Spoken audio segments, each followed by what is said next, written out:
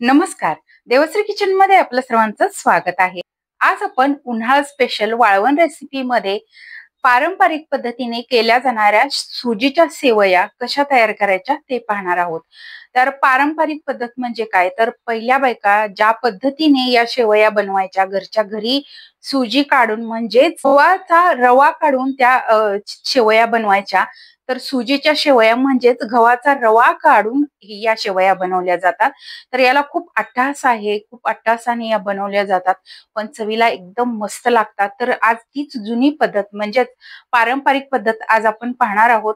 तर यामध्ये सुजी कशी काढायची किंवा गहू कसे लावायचे, गहू लावणं म्हणजे काय किंवा सुजी काढणं म्हणजे काय, ती कशी काढायची, कशी चाळायची किंवा दळण कसं करायचं, त्याचं हे सगळं डिटेलमध्ये रेसिपी दाखवणार आहे. शेर म्हणजे काय किंवा वजनी प्रमाण, शेरात वजनी प्रमाण किती बसतं हे पुढे सगळं डिटेलमध्ये मी रेसिपी दाखवणार आहे. ही रेसिपी अशी डिटेलमध्ये दाखवायचं कारण काय, तर आजकालच्या मुलांना शेर म्हणजे काय माहित नाही, पारंपरिक पद्धत म्हणजे काय माहित नाही, किंवा सुजी काढणं कशाला म्हणतात हे माहित नाही, गव्हाच्या शेवया कशा करतात ते माहित नाही. तर डिटेलमध्ये रेसिपी पाहण्यासाठी रेसिपी पूर्ण पहा. आवडल्यास लाईक शेअर नक्की करा. त्याचबरोबर माझ्या चॅनलला सबस्क्राईब करायला विसरू नका. त्याचबरोबर तुम्ही इंस्टाग्राम वरती असाल तर इंस्टाग्राम वरती मला फॉलो करा. चला तर मग वेळ न घालवता रेसिपीला सुरुवात करूया.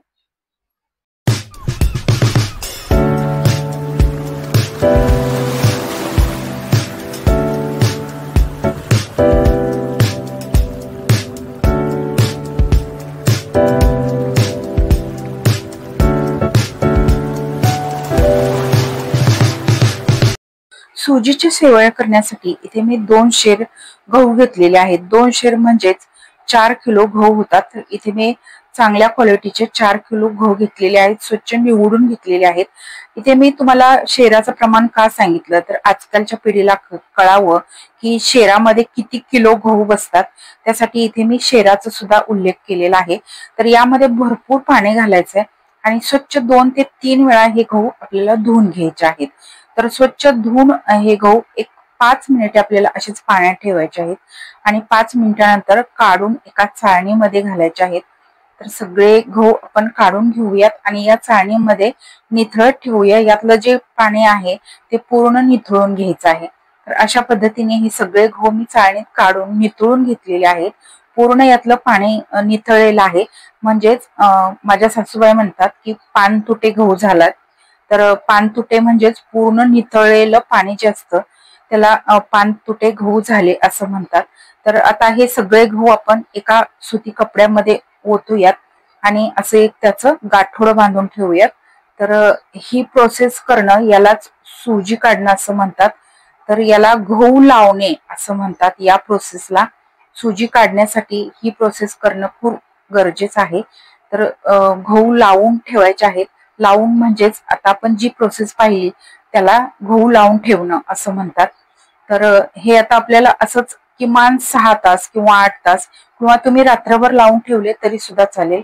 तर अशा पद्धतीने गाठोडं बांधायचं आणि झाकून याला कमीत कमी 6 ते 8 तास असेच हे कपड्यामध्ये ठेवायचं आहे. आणि साधारण 7 ते 8 तास झाल्यानंतर इथे मी हे गहू काढून घेतले, पूर्ण सुकलेले आहेत, पण एक 5 मिनिटे मी हे असे फॅन खाली पसरवून ठेवलेले आहेत. उन्हामध्ये वाळवायचे नाहीत. तर अशा पद्धतीने आपल्याला हे छान पसरवून घ्यायचे आहेत आणि 5 ते 10 मिनिटे हे कपड्यावर असेच पसरवून ठेवायचे आणि नंतर एका पिशवीमध्ये भरून किंवा डब्यामध्ये भरून आपल्याला हे सुजी काढण्यासाठी गिरणीमध्ये द्यायचे आहेत. तर इथे मी एक पिशवी घेतलेली आहे, तांदळाची पिशवी आहे. अशा तांदळाच्या पिशव्या रिकाम्या झालेल्या आपल्या दळण्यासाठी उपयोगी येतात. तर आता मी हे सुजी काढण्यासाठी देणार आहे. तर सुजी काढून आणल्यानंतर आपण पाहूया.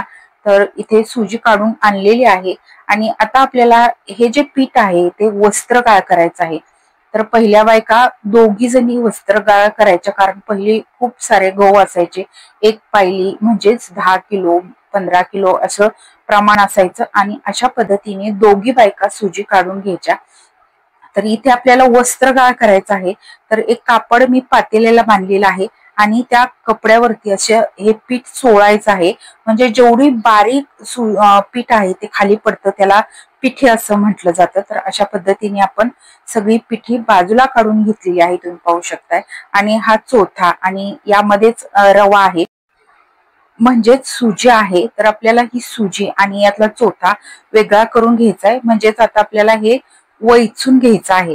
तर हा शब्द तुम्ही कदाचित नवीन ऐकला असेल, पण ही जुना शब्द आहे. पारंपरिक पद्धतीने सुपात हे पीठ घातलं जातं आणि वैचलं जातं. तुम्ही पाहू शकताय त्यात भरपूर चोथा दिसतोय आणि त्याचबरोबर रवा सुद्धा दिसतोय, म्हणजेच सुजी दिसते. सुजी म्हणजे काय तर सुजी काढणं म्हणजे काय तर जो यामध्ये रवा असतो गव्हामध्ये तो बाजूला वेगळा केला जातो. ते जो वरचं जे टर्फल असतं ते वेगळं केलं जातं, त्याला सुजी काढणं असं म्हटलं जातं.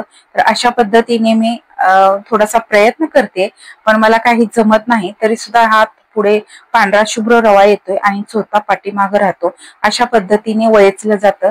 तर सासूबाई माझ्या शेतातून आल्यानंतर त्यांनी मला सगळं हा रवा वळचून दिलेला आहे आणि रवा बाजूला काढला, पिठी बाजूला काढली आणि चोथा बाजूला निघालेला आहे. तर अशा पद्धतीने सासूबाईला मस्त असं वळचता येतं, त्यांनी छान वळचून दिलं आणि हा सगळा रवा मला बाजूला काढून दिला. तुम्ही पाहू शकताय मस्त रवा निघालेला आहे. पिठी ही छान आहे, अगदी मऊसूत अशी पिठी बाजूला निघते, कारण आपण वस्त्रगाळ केलेला आहे. आणि हा चोथा आता बाजूला ठेवायचा आहे आणि हा जो रवा आहे तो त्या पिठीमध्ये मिक्स करून घ्यायचा आहे. व्यवस्थित मिक्स करून घ्यायचा आहे. यामध्ये थोडस मीठ घालायचं आहे, अगदी थोडस घालायचं, खूप जास्त मीठ नाही घालायचं, चवीनुसार. यामध्ये मी साधारण 2 चमचे एवढं मीठ घातलेलं आहे.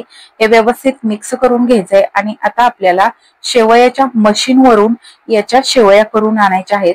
कारण पहिल्या बायका पाटावरती किंवा ती शेवयाचं शेवगा असायचा त्याने करायच्या.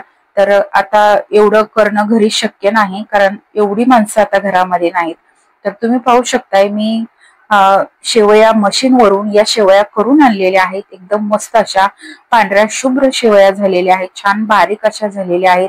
आता या आपल्याला कडकडीत उन्हामध्ये 2 दिवस वाळवून घ्यायच्या आणि नंतर डब्यामध्ये भरून ठेवायच्या. अगदी वर्षभर छान टिकतात, अजिबात कीड लागत नाही किंवा खराब होत नाहीत. तर अशा एकदम मस्त अशा पांढऱ्या शुभ्र तुम्ही पाहू शकताय. अशा पद्धतीने जर तुम्ही याचा जो रवा असतो तो बाजूला काढून शेवया करून घेतल्या तर छान अशा शेवया तयार होत. या सुजीच्या शेवयाचा व्हिडिओ तुम्हाला कसा वाटला कमेंट करून नक्की सांगा.